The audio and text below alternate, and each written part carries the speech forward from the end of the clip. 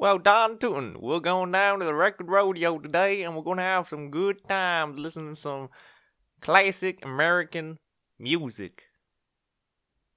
That was an awful accent. I do apologize. I'm sorry.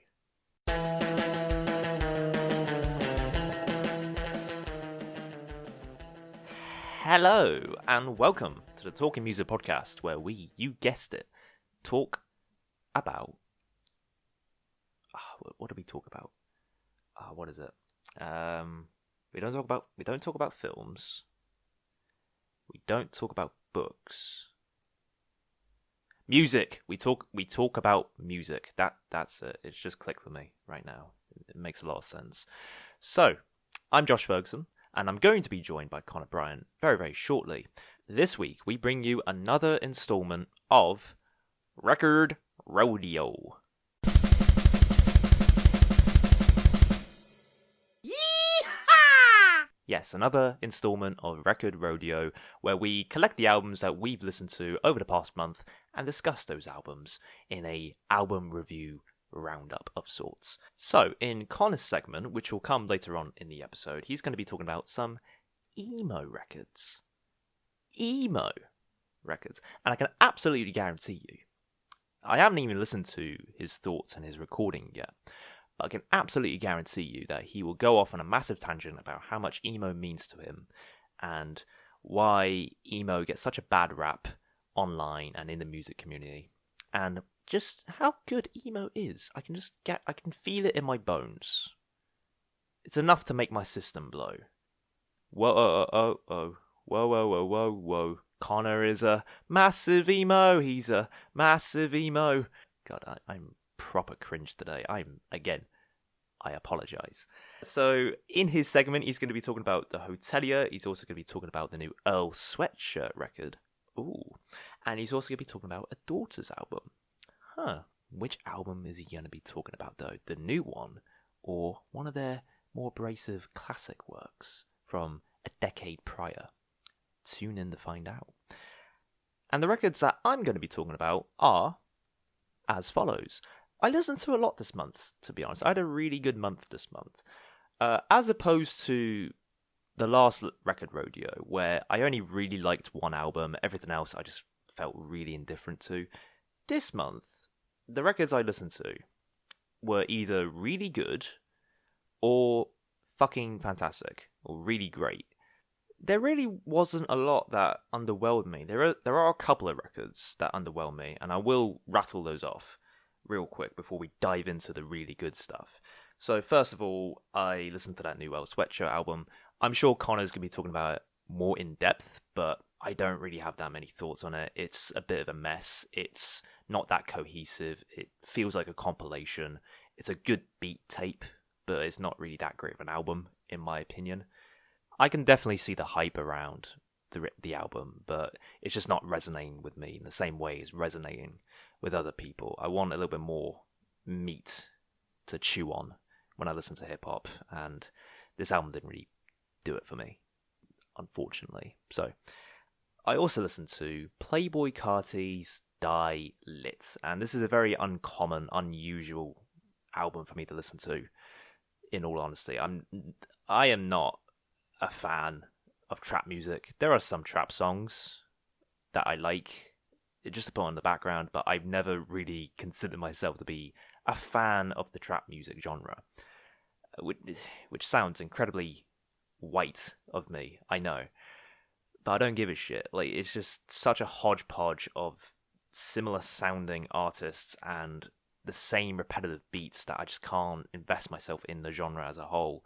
And this album, while there are some bangers on it, is exactly why trap music is so boring to me. It's just because everything sounds the same, and everything just blends into one. It's only going for a vibe.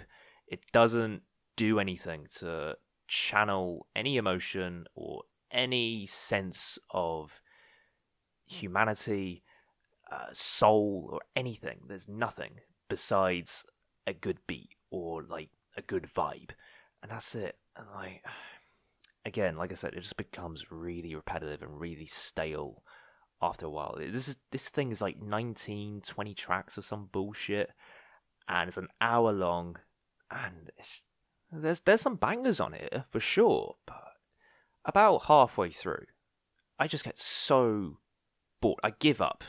Like my first listen, I was like, I was really getting into it, and then it hits the halfway mark. I see there's 30 minutes left, and there's like 10 more songs. I'm like, fuck this. I can't be arsed right now. And I can't. No, I just can't.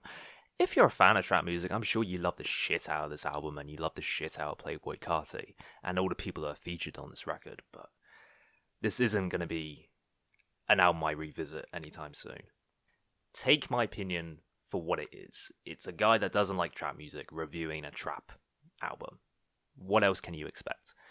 So yeah, those are the only records that I didn't quite like or just felt really underwhelmed by this month.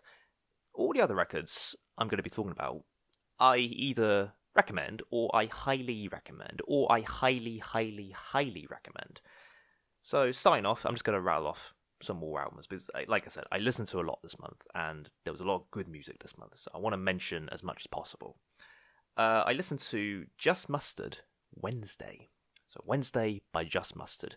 If you're a fan of shoegaze, noise pop, dream pop, and like the noisier side of dream pop and noisier sides of shoegaze, this is a great album. This is a really fun, catchy, spacious album.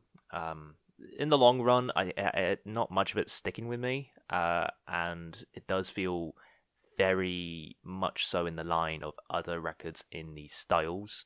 It feels very derivative. It feels like Sonic Youth. It feels like Galaxy 500. But those aren't really bad comparisons. So if you're a fan of those bands, check this record out. It's a pretty solid record in the shoegaze canon. I also listened to Sequence by Rattle. And if you haven't heard this band, I'm not surprised. These guys are very, very, very underground. They're really only known within the UK underground scene because, I mean, I saw them live when they were opening for Prodamata on their UK tour. And when I went to that gig with Connor, we saw the opening act on the event page. I was like, oh, who are these guys? Rattle? And then we saw them live, and they fucking blew both of our minds because it's such an interesting project. Basically, Rattle is made up of two women, who both play drums. And that's it. There's no other instruments included in their music. There's no guitar, there's no bass, there's no synth or piano or xylophone or accordion. There's just drums. This is a project made up entirely of percussion. And this isn't just a gimmick or a novelty. They haven't come together and be like, oh, what if we make a band and an album, but it's not really a band, it's just two drummers. That's what a crazy idea. Let's make it. You know, they're not tugging at your balls, you know, like they're actually approaching the music with vision. And the way they play the drums and the way they interplay with each other, it feels like a bigger band. It feels like more than just two sets of drums. Like the kick drum feels like the bass. The snares feel like the wailing guitars. And there are vocals on this record as well. They're very ominous, they're very spacey, and they're very aloof. But they add a lot of atmosphere to the tracks, and they add a lot of meat to what are otherwise very bare bones instrumentation. So yeah, Sequence by Rattle. It's just 4 songs, 40 minutes. Each song's about 10 minutes long. The drumming is fantastic. The interplay between both musicians is something to behold. Like when we saw them live, they were fully in the zone, and me and Connor were just fully entranced by the music they were creating. So, if you've never listened to these guys before, which I'm sure for most of you is the case, if you've never listened to these guys before, and you love percussion, you love the sound of drums, and you're just looking for something very heady, alluring, and entrancing and hypnotizing, do check out this record. They deserve way more listeners than they're already getting. They are so overlooked and underrated at the minute. No one knows of them. But hopefully within the next year or two, they can garner more attention. And I think this record is definitely a stepping stone towards that. So do check out this record. The album is Sequence by Rattle. On top of that, I also listened to Beacon by Tess Roby. And God, this is a gorgeous record. Fuck me, this is gorgeous. It's so beautiful, this record. Like, oh my God. I just wish it was spring and summer again, so I can fully just soak in the sounds of this album. Oh my God. So, this is a dream pop album. This is a debut album, nonetheless. And the instrumentation on here, the singing, everything on this record comes together so nicely to create such a gorgeous atmosphere. It's just, like I said, a record that you can just soak yourself in. And there's some really great standout moments in just the way the music is composed. For instance, on the song Plasticine Hills, which is definitely a track you should check out if you want a taster of what this album is like. On the song Plasticine Hills, there's this really groovy bass line. And I just love, not only do I love the bass line itself, but I love the way the bass sounds. Like, I can actually hear the finger plucking. I can hear the slide down the neck of the bass guitar. And it just sounds so resonant and thick and warm. And that's actually a great descriptor of this album. It's so warm sounding. Even on digital, even on MP3, this album has an aura. It has a space around it. It's just a lovely little record. I just wish it was longer. It's a very short record. It's only 8 tracks, about 30-35 minutes. I just wish it was longer, to be honest. So if you haven't checked out this record, I do believe this has flown underneath the radar of a lot of people. I haven't seen a lot of talk on this record at all. I just stumbled across it online at one point. I was like, oh, that's an interesting album cover. It's quite short. I'll check it out. And lo and behold, it's a great fucking record. So, yeah, Beacon by Tess Roby. If you're into dream pop, into spacey atmospheres, check this record out. It's sick. And then on the flip side of gorgeous dreamscape pop music, I'm now going to be talking about some thick, heavy, doom and gloom music right now. The next album I listened to was Feast for Water by Messa. Messa, Messa, with Feast for Water. These guys are, I believe, Italian, and they create some really groovy, heavy, traditional doom metal, with some leanings towards noise rock and industrial music, but their sole focus seems to be Black Sabbath era doom metal. And, for a lot of people that criticize doom metal, this can be a problem for them. Specifically Connor. Like, Connor says this to me all the time. Ever since I got into doom metal, he keeps saying to me, all doom metal bands nowadays are just Black Sabbath rip-offs. Why they keep ripping off Black Sabbath? Blah, blah, blah, blah. And, that is true to an extent. I'm not going to argue with him when he says that. It is true to an extent in that, yeah, there is some major, major Black Sabbath worship within the doom metal scene today. But then again, Black Sabbath were a fucking amazing band. Way ahead of their time. So, if you want to worship them, then by all means do it. You're not worshipping a bad band by any means. But I do understand the criticism of doom metal being very derivative of a classic band, such as Black Sabbath. Messa, on the other hand, they do share influences with these other doom metal bands. They do have a Black Sabbath influence, which they wear very cleanly on their sleeve.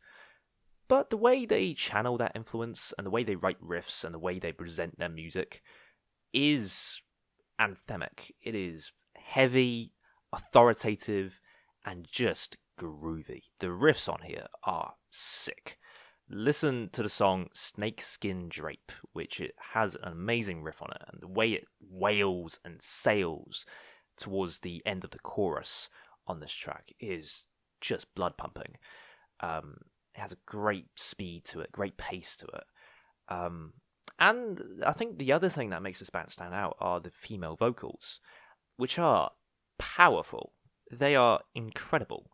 The first time I heard them, and when I listened to this album, I was kind of amazed by them. I was just mesmerized by listening to this woman just channel her inner Satan just over these really hard-rocking riffs.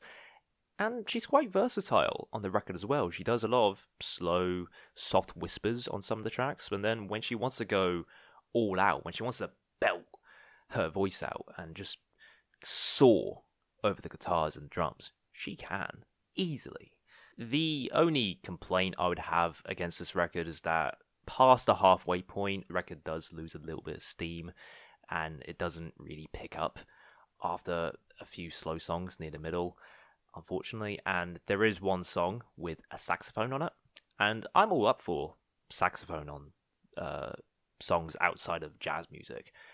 But with this saxophone solo on the song, it's so plain and boring and just like generic, and it's just one of those moments where a metal fan hears a saxophone on a metal song. It's like, whoa, dude, that's a new instrument. That's not a guitar. That's new. It's innovative. But in any other context outside of metal, the way that instrument is played is the most boring way you can play that instrument. But other than that, I think this is a really solid album, a really solid doom metal album.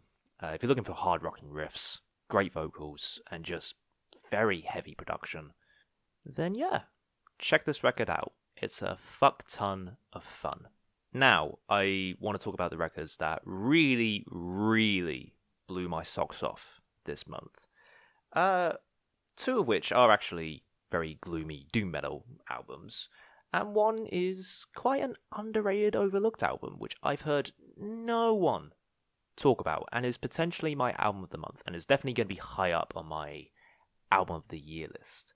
But first off, let's talk about Bellwitch with Longing, their debut album in 2012.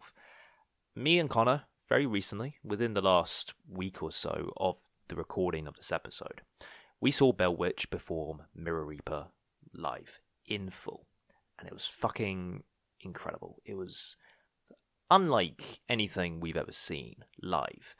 The drums were so loud and so heavy.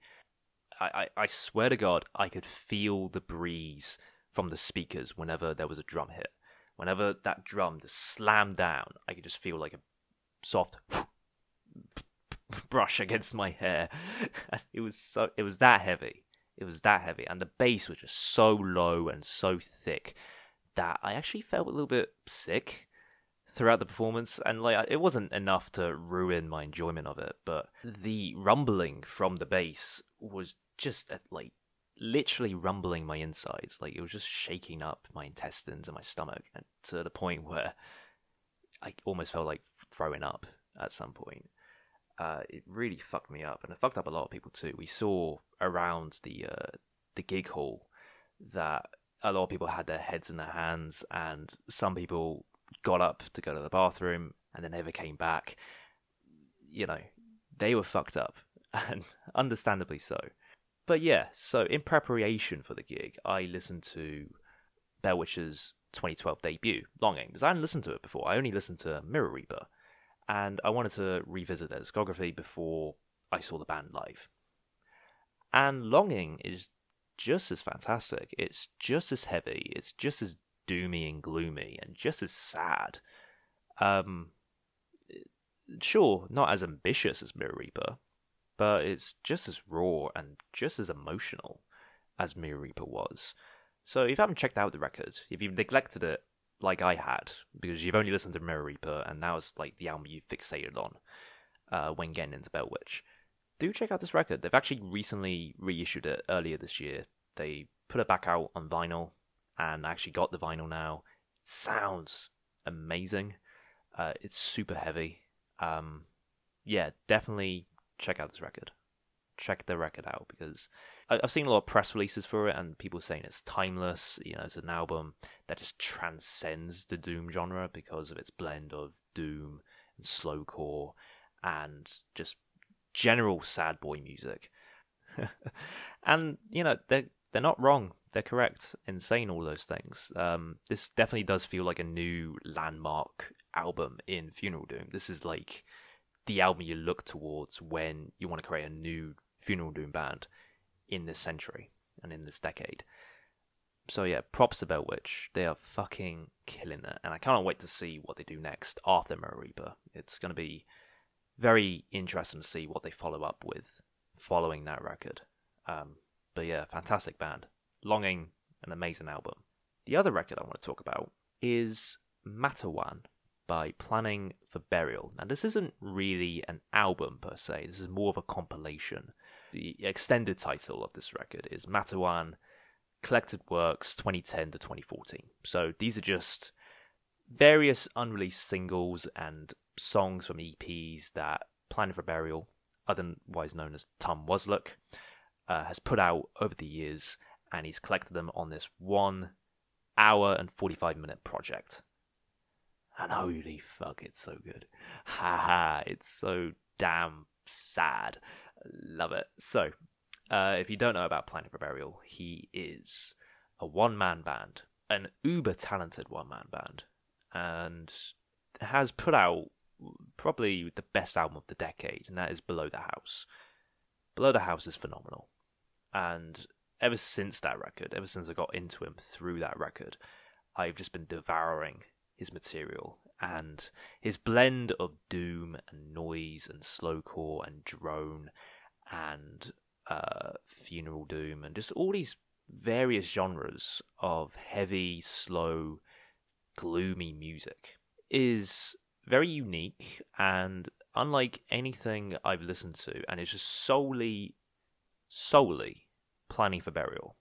And this compilation, even though it is a compilation and it's just a collection of unreleased tracks and just singles, it feels cohesive because I feel like Planning for Burial has a particular vision when he's creating music.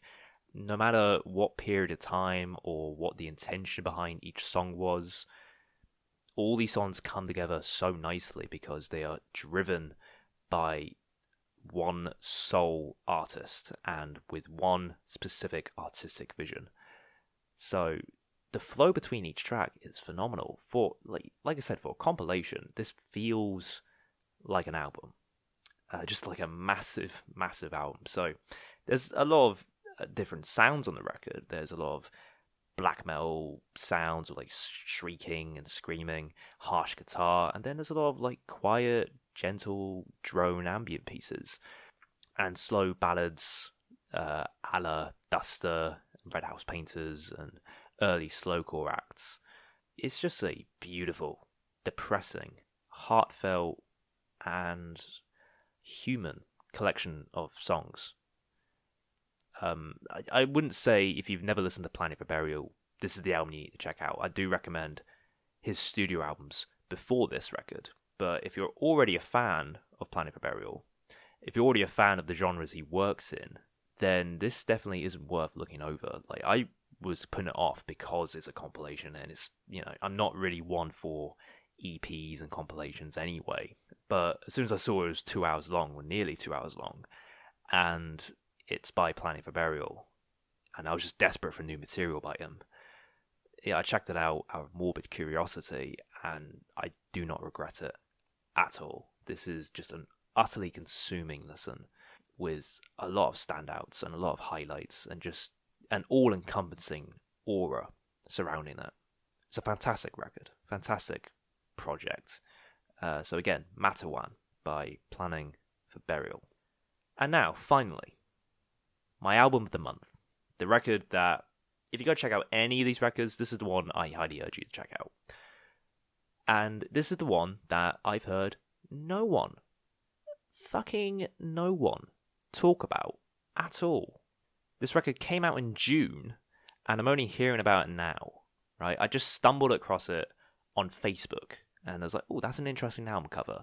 That's an interesting album name. Let's check it out. And it's great. It's fucking fantastic. So the album, I'm going to stop cock teasing. The album is called Have You Considered Punk Music by Self Defense Family. Now, I will say off the bat, this record isn't for everybody. I've seen in the comments of their music videos and their full album streams on YouTube that, there are a lot of people I've seen that just don't like this band for whatever reason. I haven't checked out the rest of the material. I don't know what the rest of the material is like, but this album particularly, Have You Considered Punk Music, is definitely a major, major highlight of 2018. It's definitely one of the most overlooked records of 2018 as well. Again, no one's talking about this. And I will admit, this record did take a little bit of time for me to fully get into, because when I approach the album, I hear the album name, Have You Considered Punk Music? And I see the album cover, it's a black and white photo of two people in bed. And I'm thinking, oh, fuck yeah, this is going to be like this heavy, throttling punk album, right? And, the album title is meant to be like this really ironic statement. It's meant to be tongue-in-cheek. It's meant to be representative of the playful, political nature of the lyrics, right? That's not what I got.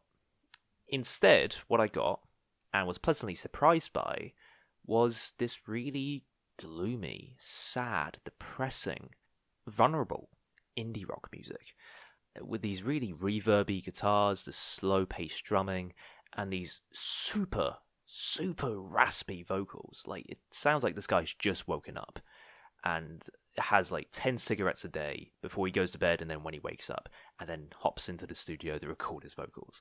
He is so raspy and so downtrodden that you just feel every word he sings. And some people call this style of music and this approach to lyricism poetrycore, because it does, the lyrics are very wordy, the vocals are very conversationalist. So for some people, that's going to be a turning off point.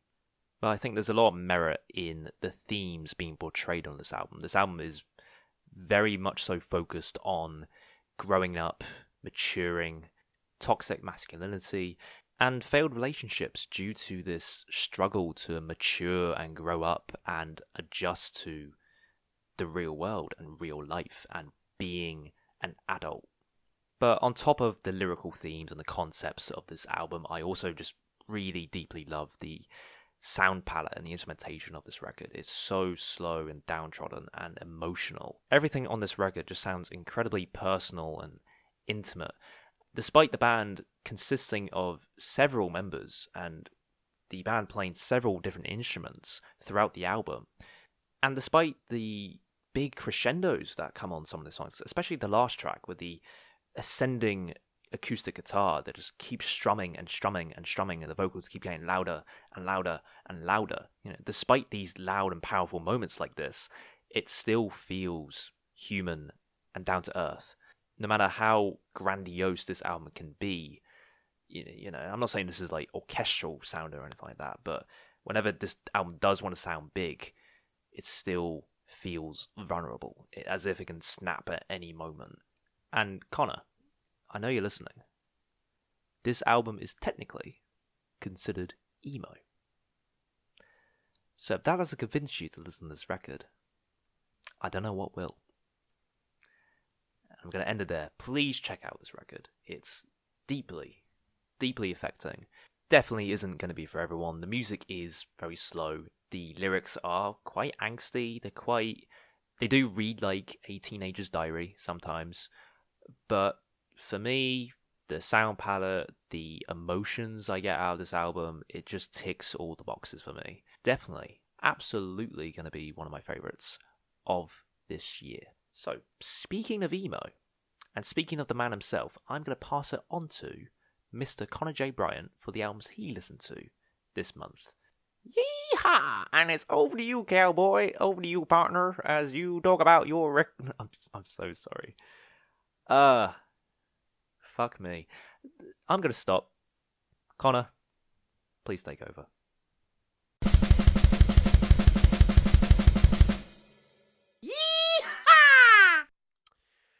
Good evening, ladies and gentlefish.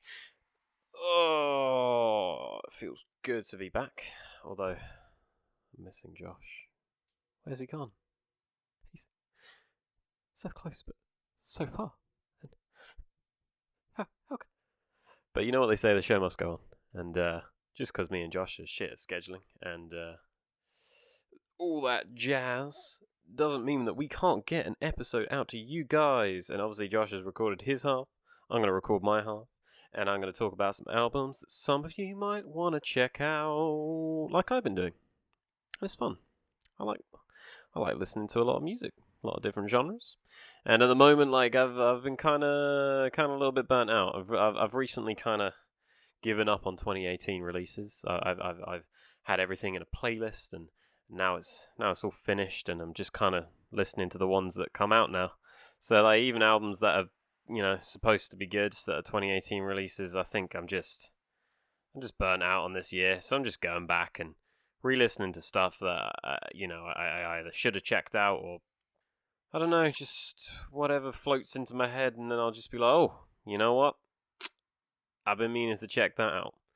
But, since I've been coming off the back end of 2018, I've got some 2018 releases to talk about. That isn't where I'm going to start, though. I'm actually going to start with an album that I listened to very, very recently, within the last couple of days. And, it's no secret. I'm a self-confessed emo. Or at least, I went through an emo phase of like when I was younger, but that was like, embarrassing emo. That's like the kind of, I'm gonna put my hair in front of my face kind of emo, like the bullet for my Valentine kind of emo. Not a good phase of my life. But since then, I've grown up and admittedly just got into more of the whiny emo, as some might call it. So I sort of defend emo a lot because, I understand that people can't get into the vocals or they think it's derivative. It's just, noodly guitar playing with a sort of melodramatic singer on the top. And, I'd agree a lot of the time, but there's a lot of great emo records out there. Early emo, you've got, like Sunny Day Real Estate, American Football. There's lots and lots of great stuff out there. What was the other stuff? This Town Needs Guns and Carti and a few others. I'm still catching up.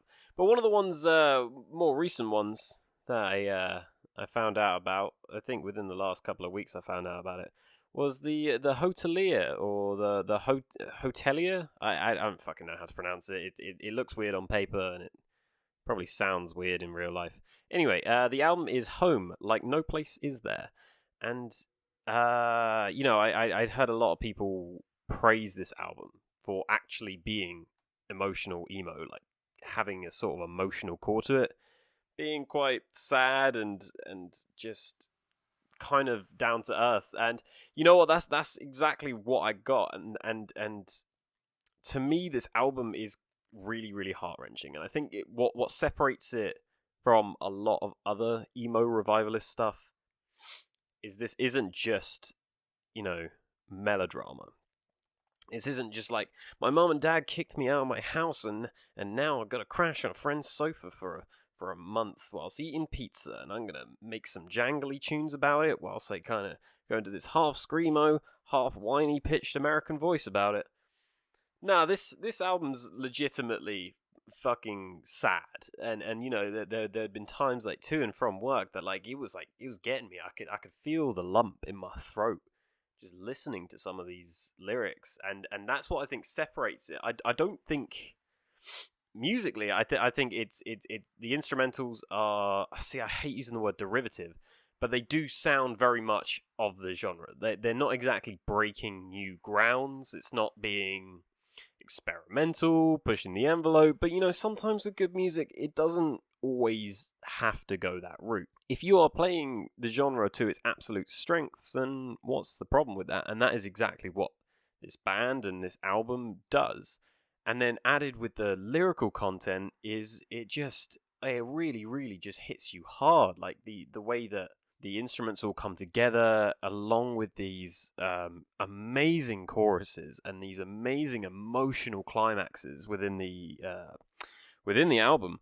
And I think instead of that melodrama of just like random teenage life, that grit and that actual sadness, from tracks like Your Deep Rest, like, oh my god, that is like horrendously sad, which I just looking at the lyrics, if I could take an interpretation, sounds like one of his friends or a close friend had committed suicide, and he's talking about calling in sick to the funeral because he can't be there. Like he just he feels emotionally that he can't be at his friend's funeral, and that even seeing the body would make him uncomfortable, that he feels responsible when even being near the parents, and that he found notes and everything like that, and like all of this, like because I've read up interviews, and apparently this is all took place within this person's life. This is all based off real experience, and it's horrendously sad. You've then got housebroken, which is like this metaphor.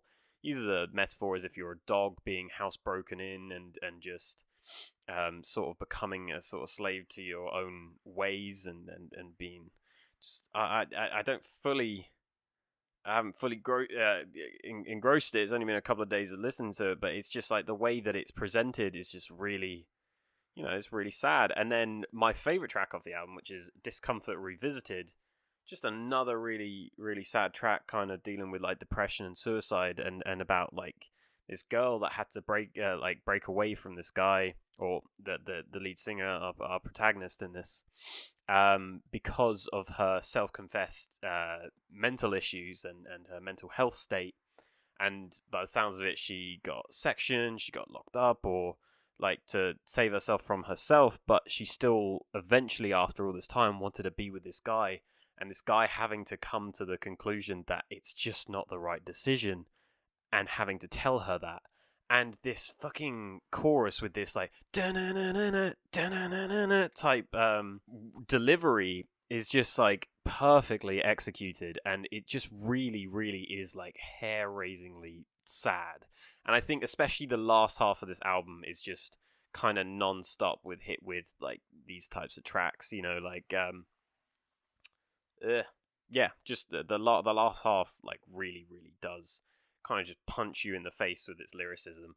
And like I said, it's not like the most creative emo project. It's not pushing any boundaries, but it is really, really heartbreaking at times. It's really, really sad, and I just keep having it on repeat. It's just a really, really good listen, to be honest. Speaking of albums, though, that sort of just rough you up a little bit, I've been listening to Daughter's self-titled album from, I think, 2010. Everybody is talking about their new record, You Won't Get What You Want, and it is a fantastic record, which is exactly why I went back and listened to the rest of their discography, which you can do within about the space of an hour. I'm pretty sure the self-titled, Hell Songs, and whatever their first album's called, that's like 11 minutes long, it'll take you less than an hour to listen to all of that, and then total discography being about 2 hours long. Hey, you'll fly through it and you'll absolutely adore it. But self-titled in particular, I thought it's really, really crazy going back, because You Won't Get What You Want is such a brooding and aggressive, but like almost like an inner turmoil record. Like the atmospheres, the gloominess, and then when you get those aggressive cuts, they're like a punch to the face, but like the other tracks that just like build and build with these big atmospheres, those harder tracks are like the payoff. Whereas on self-titled, it's like the entire album is those punches to the face. Just every fucking track, just a punch, a punch, a punch, a punch. And it just keeps going, and it's so rewarding to listen to. Every track is a goddamn belter from start to finish. Every track just like molds into the next one perfectly. Like I remember a couple of times thinking like, wow, for such a short album, this song is actually pretty long, but it was just that literally it just so smoothly just glides into each track. So to me, like standout tracks are like The Hit, The Virgin, Sweet Georgia Brown is fucking insane, and what I like about this track, and it's something I can say about most of the record, I love the vocals in this album, probably more than I do on You Won't Get What You Want. The lead singer is really, really playing to his like southern drawl that he has, and the whole album kind of sounds like a hellish Elvis record. You got all these really, really noisy guitars and hard hitting everything, but the guy's like southern drawl just sounds like just a really, really angry Elvis, and it. Not that it's making me laugh saying that out loud, but like listening to it, it's just such a weird experience. But yeah, if you're looking for something that is exactly like You Won't Get What You Want, but just harder, like in every single way, and more aggressive, this album does that. It gives you that. I think I prefer You Won't Get What You Want just a little bit, because I think its hooks are just that bit stickier. I love the brooding nature of You Won't Get, but self-titled is so close to just being on the same level, just because of that aggressiveness, because of how hard it hits, and the guitar tones, the squealing guitars like on the hit. Oh, just fantastic record, absolutely amazing. Moving away from anything kind of guitar based and moving on to more, I guess, sample based, we have the new Earl Sweatshirt record, Some Rap Songs. And I've never been a massive fan of Earl's work. I'm not a huge fan of a lot of like the Odd Future scene. Just it hasn't ever really done much for me. But lots of hype was surrounding this Earl Sweatshirt album. I was digging some of the production choices, and I've always admired Earl for being kind of the different one, the outsider. He's always had more interesting styles of production, and he's always kind of lyrically been upfront about his depression and just life and how shit it is. And I've always appreciated him for that, and just being kind of real on the mic, And I gotta say, like, this new album is really, really chill. Like, right from the get-go, it's just, like, really, really nice, smooth beats, really nicely put together. Kind of like, it feels old school in the sense of, when I say old school, kind of like of that sample era, like sort of MF Doom, Madlib type stuff, like Jay Dilla, like all of that kind of era, like in the production, but it also still sounds contemporary, especially like when compared to other records that came out this year, like from JPEG Mafia. Like, it sounds like it's both contemporary but borrowing a lot from its roots. And I think especially with Sweatshirt's like sort of lower tone in his voice, there are those MF Doom comparisons. I don't necessarily see it in terms of flow or in terms of creativity, because I don't think he does reach those heights that Doom does. But I understand those comparisons. As much as I enjoy this album, though, and I've been playing it a lot whilst I work and just having it on in the background and sort of enjoying it for what it is.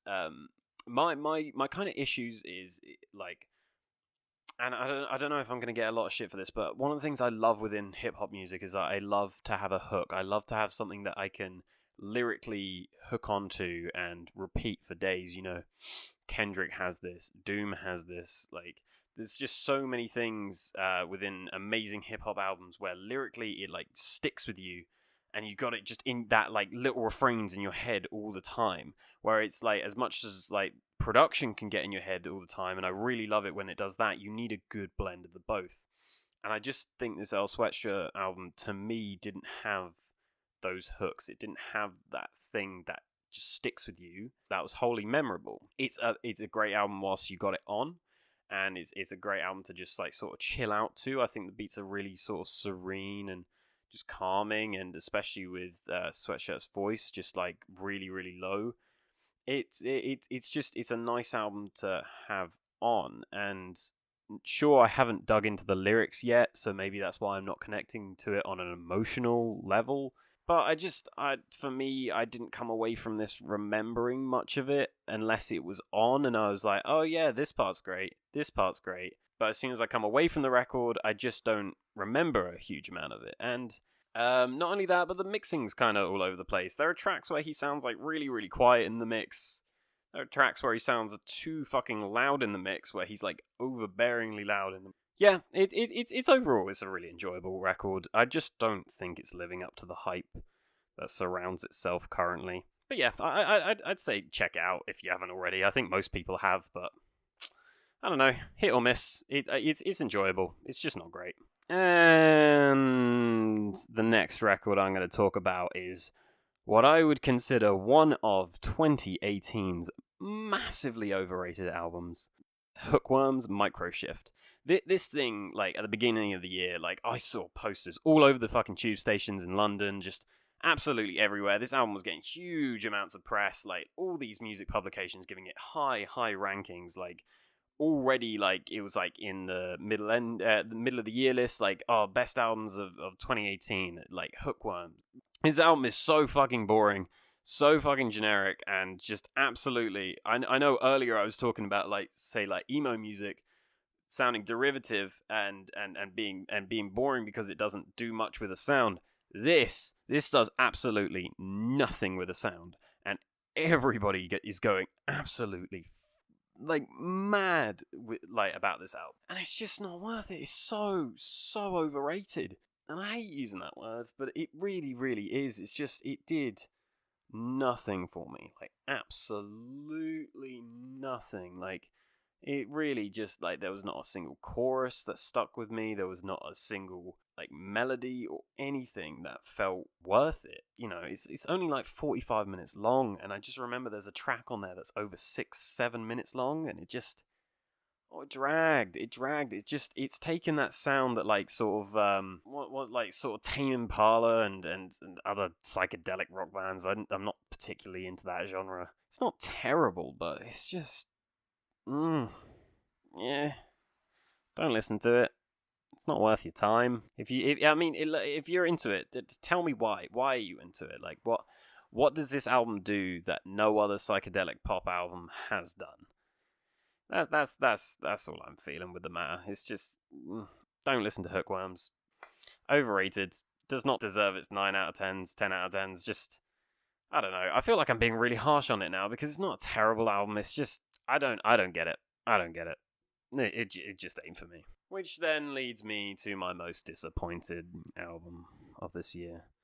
The stakes were high for Smashing Pumpkins. They got the band back together. You know, minus Darcy, which is kind of sad.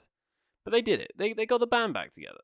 You know, there was a few tracks on this album that I quite enjoyed. You know, it's really short. It's like something like 8 tracks, half an hour long. So it's really not exactly an investing listen. But it's meant to be a volume 1, so we can probably expect like more albums down the road. But you know, tracks like Silvery Sometimes I quite enjoyed. They got quite a nice chorus to it, and you know, I think it sounds like nice and calmer Pumpkins, kind of like 1979-ish, but nowhere near as good. You know, I thought what's the other fucking track on this album? See, I can't even remember the track names. March On is like the heavier track on this album, which I thought actually worked quite well. If it had better production, I think it would like really be a standout track. But no, production sucks, so that was disappointing. And then, oh my god, this thing opens up with the track. Oh, that is just embarrassing. Like, first song on the track list is Knights of Malta, and this thing is awful. Like, it literally opens up with, like, Billy Corgan doing this wow, wow, wow, wow, wow in his vocals, and it's like, oh my god, what is that? That is, oh, Billy, what are you doing, man? And then it just goes into this, like, really just awful sort of string section, builds up into this chorus with chorus vocals, just like talking about we're gonna fly forever and just cheesy fucking lyrics. And it's when you've been waiting this long for a proper reunion to Smashing Pumpkins, and this is kind of the product that you get, there's no way you can't be disappointed. You know, I think Solara is okay. That was another one of the lead singles off this, but kind of everything else is really forgettable. And the fact that it's only half an hour, you know, I think this was recorded initially as like an EP. I think this is the other thing, is that from the context that I understand, is that this album is kind of just like thrown together because when the band first got back together and was doing rehearsals and run through, they just started writing, threw a few things together, and I think like Rick Rubin said, hey, look, this is good enough, let's like mix this, let's record this properly, and let's do it. And they had reformed, they'd gone and toured like all of their like classic shit and you know, some of the newer stuff as well, and just like got the feeling back as a band. And they got in the studio and say they got Butch Vig back, or they got another producer that isn't Rick Rubin to produce them, and to really make this album stand out, and to really take time with the songwriting. Because when you're back together as like essentially a new group, you've got to get to know each other again. You've got to get used to each other. I don't think James YEE-HAW and Billy Corgan had spoken to each other for 16, 17 years between when the band originally broke up and between them reforming again. You need to re-establish that relationship and re-establish that relationship as songwriters. And this album feels so thrown together. But really what it feels like here is Rick Rubin's encouraged them to release demos that should have never seen the light. And it's really, really, really sad to see. It's just so flat. That's the only way I can describe it, is flat. There are some decent moments on it, but it is far, far, far from being good or great. It's slap bang in the middle. It's like a solid 5 out of 10. It's like the spark is somewhere in there, but instead they just threw something together so quickly. Do I give up on Pumpkins? I don't know. I've still got like their first 3 albums. I don't know. Just the idea of Pumpkins being back together. I don't think I'm going to listen to Volume 2. I don't need that. Anyway, that rounds up. That's my record rodeo. Hope you're all having a lovely day, a lovely evening, or maybe you're having a good dinner or something. I don't know. Enjoy that dinner. Enjoy the people that you're with. Love yourself. Love music. I am Connor. This has been the Talking Music Podcast. We'll see you guys soon. Do comment about what you think about the albums that we talked about. And yeah, stay happy. Carry on listening to music. Love you all. Peace. Bye, Josh. Hope you have fun listening to this.